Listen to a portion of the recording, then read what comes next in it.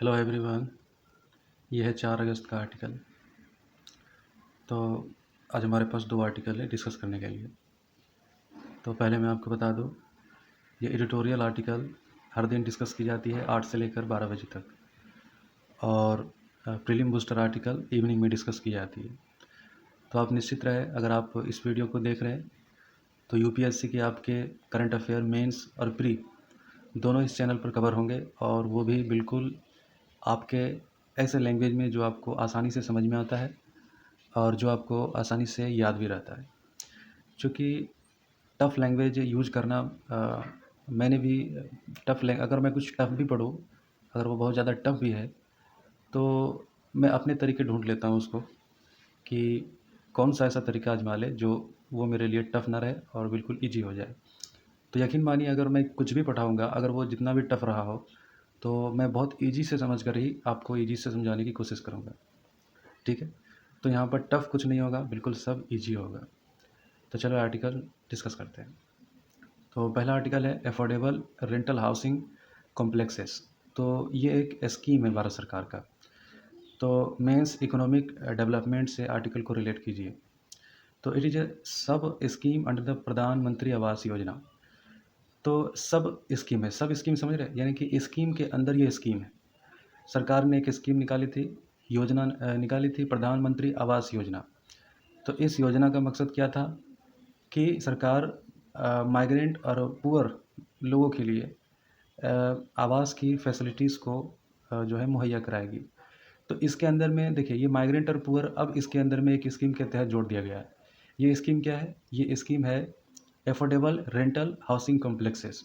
तो मकसद सरकार का यही था कि आवास जो अफोर्डेबल रेंटल हाउस प्रोवाइड करवाना है, ख़ास तौर से माइग्रेंट और पुअर लोगों को, जिनको नहीं प्रोवाइड हो पाता है। बहुत महंगे किराए पर उनको मकान मिलता है या फिर रूम मिलता है, और या फिर कोई छोटा-मोटा उद्योगपति उद्योगशाला खोलना चाहते हैं, उनको जगह प्रोवाइड नहीं होता है। अगर होता भी है तो इस रेंट पर कि वो उनको फिर कोई फ़ायदा नहीं होता। तो प्रधानमंत्री आवास योजना जो स्कीम था, कि प्रधानमंत्री आवास योजना के तहत ये लक्ष्य था कि तकरीबन 50 लाख से ज़्यादा मकान की जो है बनाई जाएगी, बनाई जाएगी, और गरीबों के लिए बनाई जाएगी। ये स्कीम लॉन्च था। तो अब स्कीम के अंदर एक और स्कीम, सब स्कीम लॉन्च किया गया, अफोर्डेबल रेंटल हाउसिंग कॉम्प्लेक्सेस, यानी कि अफोर्डेबल रेंटल हाउसेस प्रोवाइड करना है माइग्रेंट और पुअर लेबर को। ठीक है? तो माइग्रेंट और पुअर लोगों को, तो ये था। The housing and urban affair ministry launch the affordable rental housing complexes. तो देखिए, ये स्कीम भी पता होना चाहिए कि इस मिनिस्ट्री के अंदर स्कीम आती है। तो ये मिनिस्ट्री अर्बन अफेयर मिनिस्ट्री ने इसको लॉन्च किया है, तो ये जो है उनके अंदर ही आती है। Housing and urban affair ministry, इन्होंने लॉन्च किया है। तो देखिए यहाँ पर affordable rental house of complexes, तो ये इसका फुल फॉर्म ARHC। अब ARHC जहाँ कहीं भी आएगा तो आप समझ जाना, इसका फुल फॉर्म है अफोर्डेबल रेंटल हाउसिंग कॉम्प्लेक्सेस। ठीक है? और नॉलेज पैक, AKTP। ठीक है? To provide support to all stakeholder in implementing ARHC। तो AKP क्या होगा? AKP वो स्टेक होल्डर जो इस माइग्रेंट और पुअर लेबर के लिए सस्ता रेंटल हाउसिंग प्रोवाइड करने का काम करेंगी। AKP उस स्टेक होल्डर के साथ जो है काम करेगी, सपोर्ट करेगी, मदद करेगी। ARHC को पूरा करने के लिए AKP ये काम करेगी स्टेक होल्डर के बीच ARHC को इम्प्लीमेंट करवाने के लिए। ठीक है? तो देखिए ARHC, इसके बारे में अब थोड़ा डिटेल से पढ़ते हैं। तो this scheme is implemented in 2 method. तो स्कीम का इम्प्लीमेंटेशन 2 मेथड में किया जाएगा। पहला यह है कि utilising existing government funded vacant house to be the converted into ARHC through PPP और by public agencies for a period 25 years. तो पहला जो सरकार के द्वारा जितना भी घर जो भी खाली है, वो उस मकान को ARHC के अंदर लाया जाएगा। यानी कि सरकार के कई सारे सरकारी फंडेड बहुत सारे ऐसे घर हैं, उनको ARHC में कन्वर्टेड कर दिया जाएगा। ठीक है? और दूसरा इसका मकसद होगा PPP, मतलब पब्लिक प्राइवेट पार्टनरशिप के ज़रिए 25 साल तक जो है इसको लेके चला जाएगा। मतलब पब्लिक प्राइवेट पार्टनरशिप को भी इसमें शामिल किया जाएगा, और पहला जो सरकार के फंडेड जितने भी हाउसेस हैं उनको ARHC के अंदर में लाया जाएगा, पहला मॉडल। तो ये मॉडल क्या होगा? This model empower state government, ठीक है, और to convert their existing vacant house constructed under various central and state government scheme to ARHC। तो स्टेट गवर्नमेंट को भी ये पावर देगा। ठीक है, सेंट्रल गवर्नमेंट के थ्रू स्टेट गवर्नमेंट के जितने भी वैकेंट हाउसेज है जिसमें सरकार का फंडेड है, तो उसको सेंट्रल गवर्नमेंट और स्टेट गवर्नमेंट मिल करके ARSC स्कीम को इसको कंस्ट्रक्ट करवाएगी मकान को, ताकि अफोर्डेबल रेंटल हाउस मुहैया हो सके माइग्रेंट और पुअर लेबर के लिए।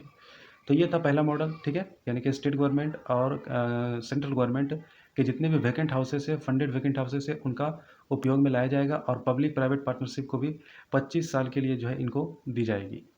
तो मॉडल 2 क्या है? Construction, operation and maintenance of ARSC by private and public entities on their unavailable vacant land for 25 year. तो दूसरा मॉडल ये होगा कि ये ARSC ऑपरेशन को मेंटेन करने के लिए प्राइवेट प्लेयर को भी और पब्लिक प्लेयर को भी, दोनों को 25 साल के लिए वैकेंट खाली लैंड दिया जाएगा और फिर उनको वो अपने तरीके से कंस्ट्रक्ट भी कर सकती है और उसको मेंटेनेंस करने की भी रिस्पॉन्सिबिलिटी उनकी होगी।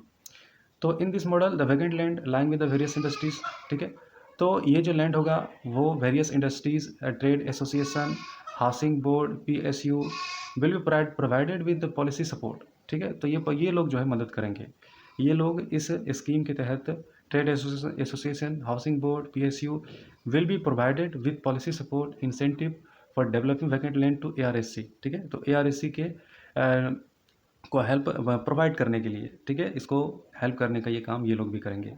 तो इनके साथ जो हमारा जो वैकेंट लैंड होगा उन पर ये काम करेंगे, ठीक है। तो मॉडल 2 ये हो गया, मॉडल 1 और मॉडल 2, ठीक है। तो ये दूसरा था। तो अब AKP जान ले। तो AKP जो हमने ऊपर पढ़ा था, जो प्राइवेट प्लेयर के साथ जो है एंगेजमेंट को इम्प्लीमेंट करेगा, ARSC को इम्प्लीमेंट करने का काम करेगा। तो दिस इंक्लूड द फॉलोइंग। तो इसमें क्या क्या होगा? तो पहले तो मेमोरेंडम ऑफ एग्रीमेंट होगा। मेमोरेंडम ऑफ एग्रीमेंट, ये बात कई बार आपने ये सुना होगा, लेकिन आपको लगा होगा कि ये है चीज़ क्या। आप देखिए, पहले ये समझ लें कि मेमोरेंडम क्या है और एग्रीमेंट क्या है। मेमोरेंडम क्या होता है कि एक किसी व्यक्ति के साथ आप मिलते हो और मिलने के बाद जब एक दूसरे को समझते हो और फिर जब आप समझते हो तो फिर आगे एक दूसरे के साथ कुछ काम करना चाहते हो, तो ये होता है मेमोरेंडम ऑफ एग्रीमेंट, ठीक है। एक मेमोरेंडम होता है कि जब आप एक दूसरे को समझते हो और जब आप समझ जाते हो तो फिर क्या होता है? एग्रीमेंट होता है। तो अक्सर हम ये टर्म सुनते हैं कि सरकार ने मेमोरेंडम ऑफ एग्रीमेंट साइन किया जापान से, ऑस्ट्रेलिया से और फलां कंपनी से, तो समझ में नहीं आता। तो आप समझ लो, मेमोरेंडम एक दूसरे को समझना और एग्रीमेंट जब समझ लिए तब एग्रीमेंट होता है। तो sign with state and UT, तो ये साइन किया जाएगा, मतलब housing rental, easy rental housing provide करने के लिए स्टेट गवर्नमेंट, सेंट्रल गवर्नमेंट जो है मेमोरेंडम ऑफ एग्रीमेंट सबके साथ जो है साइन करेगी ये स्कीम को पूरा करने के लिए, स्टेट गवर्नमेंट और UT के साथ भी। तो ऑपरेशनल गाइडेंस ऑफ ARSC, तो इसके अंदर गाइडेंस क्या होगा? Model request for proposal for selection, connection by state, concessionaire by state, UT, ULB under the model 1। तो अंडर मॉडल 1 जो हमने डिस्कस किया था, इसके अंदर स्टेट, UT, ULB ये सब आएगा। तो expression of interest for short listing entities model 2, और फिर मॉडल 2 को भी जो है ये इम्प्रेस करेगी। तो फ्रिक्वेंटली आस्क्ड क्वेश्चन, तो ये क्वेश्चन है कि देखिए इसका मकसद लोन स्कीम का इतना सारा जो बात हमने की, तो इसमें बस एक बात समझ लें कि इसका मकसद है केवल और केवल हाउसिंग प्रोवाइड करना माइग्रेंट लेबर को, पुअर पीपल को, और जो कुछ थोड़ी छोटी मोटी इंडस्ट्रीज़ लगाना चाहते हैं, कम और सस्ते दाम में मकान खोज रहे हैं, तो उन लोगों को सहायता करना सरकार का मकसद है इस स्कीम के तहत, ठीक है। तो ये था पूरा आर्टिकल, ठीक है। अगला आर्टिकल देखते हैं। तो अगला आर्टिकल, सॉरी, एक मिनट,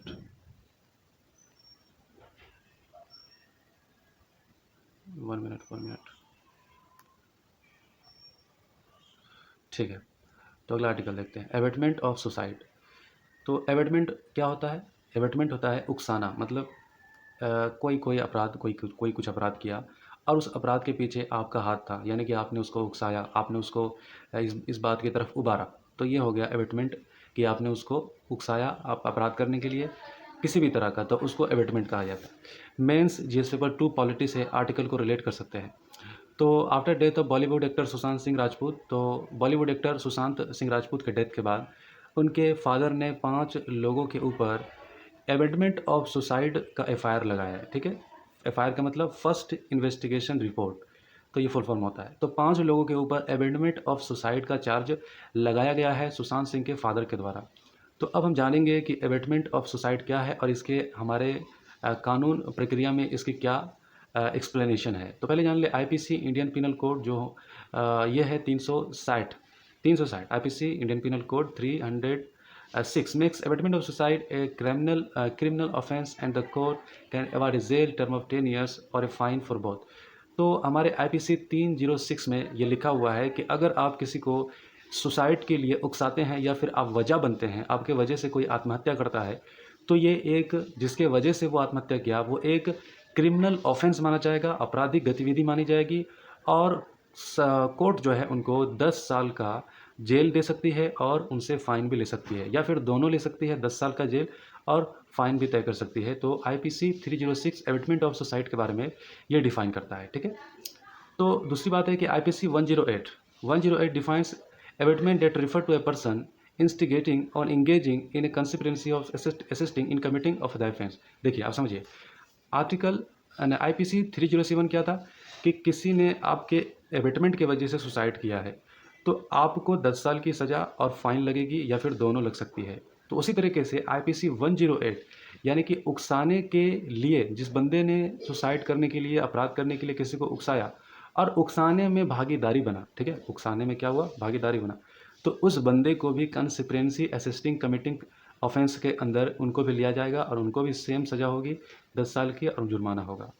तो abetment of suicide is a serious offence that is tried in session court and is cognizable, non bailable and non compoundable offence. तो ये एक सीरियस अपराध है, ठीक है, किसी को अपराध के लिए उबारना, किसी को इस कदर जो है टॉर्चर कर देना कि वो आत्महत्या के लिए जो है उपारू हो जाए, तो ये एक बहुत बड़ा क्रिमिनल ऑफेंस होगा और क्रिमिनल कोर्ट के अंदर ये है, इसकी प्रोसीडिंग होगी और ये जो है क्या होगा कि कॉग्निजेबल, आपराधिक और नॉन बेलेबल, ठीक है। नॉन बेलेबल मतलब ये बेल भी नहीं ली जा सकती जब तक कि कोर्ट इनको बेल ना करे, बिना बिना कोर्ट के बेल नहीं हो सकती इनको, अगर ऐसी कोई गतिविधि करता है तो। तो कॉग्निजेबल क्या होता है, ऐसा जो अपराध है जो जिसके लिए जो है क्या करती है, वारंट इशू की जाती है, कोर्ट के द्वारा वारंट इशू की जाती है, पुलिस जो है उनको वारंट दी जाती है उस व्यक्ति को पकड़ने के लिए, उनके ऊपर जो है एक्शन लेने के लिए। कॉग्निजेबल ऑफेंस जब कोई व्यक्ति करता है तो उसमें वारंट इशू की जाती है कोर्ट के द्वारा बंदे को पकड़ने के लिए और पुलिस डिपार्टमेंट उसको फिर कोर्ट में पेश करती है। और इन नॉन बेलेबल ऑफेंस वही होता है कि जहाँ पर आपको बेल नहीं प्राप्त होगी और फिर अगर होगी तो वो भी बिल्कुल कोर्ट से होगी और बिल्कुल जो है कोर्ट के गाइडलाइन के हिसाब से जो है वो चीज़ें चलेंगी। और एक नॉन कंपाउंडेबल क्या होता है कि court settlement trial is not accepted by the court of the has not proceed with the trial. तो ये एक non compoundable offence is where and out of the court settlement, ठीक है। तो ये कोर्ट सेटलमेंट के बाहर है, कंप्रोमाइज पार्टीज, तो पार्टी में ये कंप्रोमाइज़ किया जाता है कि ईजी से ईजी सिचुएशन को हल कर ले और फिर ट्रायल के प्रोसीडिंग को जो है समाप्त कर दिया जाए। तो देखिए, एक केस था Sana Garbonia Srinu versus state of Andhra Pradesh case, 1977 में ये केस था। तो सुप्रीम कोर्ट ने डिफ्रेंशिएट किया था, difference between the murder and the amendment of suicide, यानी कि आत्महत्या यानी कि किसी की हत्या करना, और अमेंडमेंट ऑफ सुसाइड यानी कि हत्या के पीछे शामिल होना। 1977 के केस में सुप्रीम कोर्ट ने ये डिफाइन किया था, क्या था, the death of a person has to be suicidal death. पहली बात यह है कि व्यक्ति का डेथ जो है आत्महत्या होनी चाहिए, ठीक है, और वो आत्महत्या में किसी का शामिल नहीं होना चाहिए, उस व्यक्ति के आत्महत्या के पीछे के कोई और व्यक्ति का जो है हाथ नहीं होना चाहिए। तो ये होगा मतलब अमेंडमेंट ऑफ सुसाइड के अंदर ये नहीं आएगा। The intention of the accused to abet a such suicide has to be proved before the court of law. अगर हम किसी के ऊपर ये अपराध लगाते हैं कि इसके आत्महत्या के पीछे किसी और व्यक्ति का अवेटमेंट करना है या फिर किसी और व्यक्ति के टॉर्चर की वजह से, किसी और व्यक्ति के टेंशन के लेने की वजह से या देने की वजह से उस व्यक्ति ने सुसाइड किया है, तो ये कुछ प्रूव करना पड़ेगा कोर्ट के सामने। कुछ जो इंटेंशन होगी, जिस व्यक्ति को लेकर आपको लग रहा है कि उसकी इंटेंशन ऐसी थी, अवेटमेंट करना ही उनके इंटेंशन थी, तो ये आपको उनके लिए कुछ प्रूफ देना पड़ेगा। तो सुप्रीम कोर्ट ने 1977 के केस में संग ग्रबोनिया श्रीनु वर्सेस आंध्र प्रदेश केस में ये बात कही थी। और तीसरी बात है कि the only exception in the case of husband. लेकिन देखिए, मियाँ बीवी के केस में ये बिल्कुल अलग होगा। अगर शादी के 7 साल के बाद अगर वाइफ आत्महत्या कर लेती है, तो उस वाइफ के यानी कि उस लड़की के पेरेंट्स वाले को कोई सबूत देने की ज़रूरत नहीं होगी हस्बैंड के खिलाफ कि इन्होंने अबेटमेंट किया है, मतलब समझ रहे बात, मतलब उकसाया है, किसी भी तरह का मतलब ऑफेंस इसका हाथ रहा है, इसके सुसाइड में इसका हाथ रहा है, तो इस बात का सबूत देने की कोई ज़रूरत नहीं होगी ख़ास तौर से लड़की के माँ बाप को कि इसके घर में इसी की वजह से सुसाइड हुई है। 7 साल के भीतर अगर सुसाइड हुई है तो सुप्रीम कोर्ट ने ये डिफाइन किया है, अबेटमेंट तब माना जाएगा और इसके लिए सबूत देने की जरूरत नहीं होगी। लेकिन कोई और व्यक्ति को अगर हम कह रहे हैं कि ये अबेटमेंट हुआ है, इसी की वजह से सुसाइड हुई है, तो आपको उसके लिए कुछ प्रूफ देना पड़ेगा, कुछ सबूत देना पड़ेगा। दूसरी बात है, this was introduced through the amendment to the curb the rising the case of dowry in that in the 1983 में ये बनाया गया था, चूंकि डॉरी सिस्टम की वजह से दहेज प्रथा कानून लाया गया 1983 में, चूंकि आत्महत्या उधर बहुत ज़्यादा हो रही थी, टॉर्चर की वजह से, डॉरी की वजह से कि दहेज कम मिला, ये वो 917, तो इसकी वजह से जो है बहुत ज़्यादा आत्महत्या के केसेस बढ़ रहे, तो सरकार ने ये चीज़ें की थी और सुप्रीम कोर्ट ने ये डिफाइन किया। The Supreme Court of through different judgement involve the procedure to determine what amount of element of suicide. तो क्या है, कितना हाथ है, किस तरीके से इन्वॉल्व है, तो वो सुप्रीम कोर्ट जो है डिफाइंड किया है। It is observe that the cause of suicide must be through the direct consequence of instigation and can not be the more concern of every remote session. तो दोस्तों ये था आर्टिकल्स। आई होप ये दोनों articles आपको clear हुआ होगा। तो देखिए, मैं रोज़ आपको कहता हूँ कि आप कोई फ़ायदा नहीं होगा जब आप केवल इसको सुनेंगे। इसको अच्छे से समझो और समझने के बाद इसको स्क्रीनशॉट लो, इसका नोट्स बनाओ, कि तभी आप रिकॉल कर पाओगे, तभी आपको परीक्षा में फ़ायदा होगा। ठीक है, और अच्छा लगे तो लाइक करो, शेयर करो, सब्सक्राइब करो। Thank you.